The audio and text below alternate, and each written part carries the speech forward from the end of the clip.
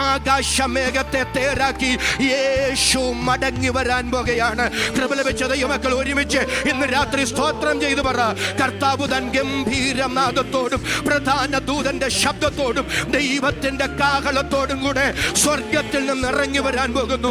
കോടാനുകോടി വിശുദ്ധന്മാർ, വിശുദ്ധമതികൾ കല്ലറകളെ ഭേദിച്ച് കുഴിമാടങ്ങളെ പിളർന്ന് ഉയർത്തെഴുന്നേറ്റ് വരാൻ പോകുകയാണ്. പിന്നെ ജീവനോടെ ശേഷിക്കുന്ന നാം അവരോടൊരുമിച്ച് യേശുവിനെ എതിരേൽപ്പാൻ ആകാശമേഘങ്ങളിൽ എടുക്കപ്പെടാൻ പോകുകയാണ്. പ്രിയപ്പെട്ടവരെ, നമ്മുടെ പ്രിയപ്പെട്ടവര് പലരും നമുക്ക് മുമ്പ് ആയുസ്സ് തികഞ്ഞ നിത്യതയിലേക്ക് കർത്താവിന്റെ അടുക്കിലേക്ക് പോയില്ലേ?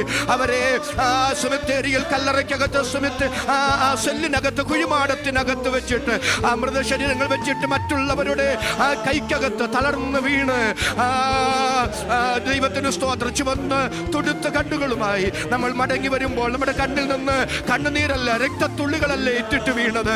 അങ്ങനെ നമ്മൾ തളർന്ന് വിതുമ്പുന്ന ചുണ്ടുകളോടെ, നനഞ്ഞ കണ്ണുകളോടെ ആ സെമിത്തേരിയിൽ നിന്ന് പുറത്തിറങ്ങി വരുമ്പോൾ ഹൃദയത്തിൽ നിന്ന് പറഞ്ഞൊരു പദമില്ലേ?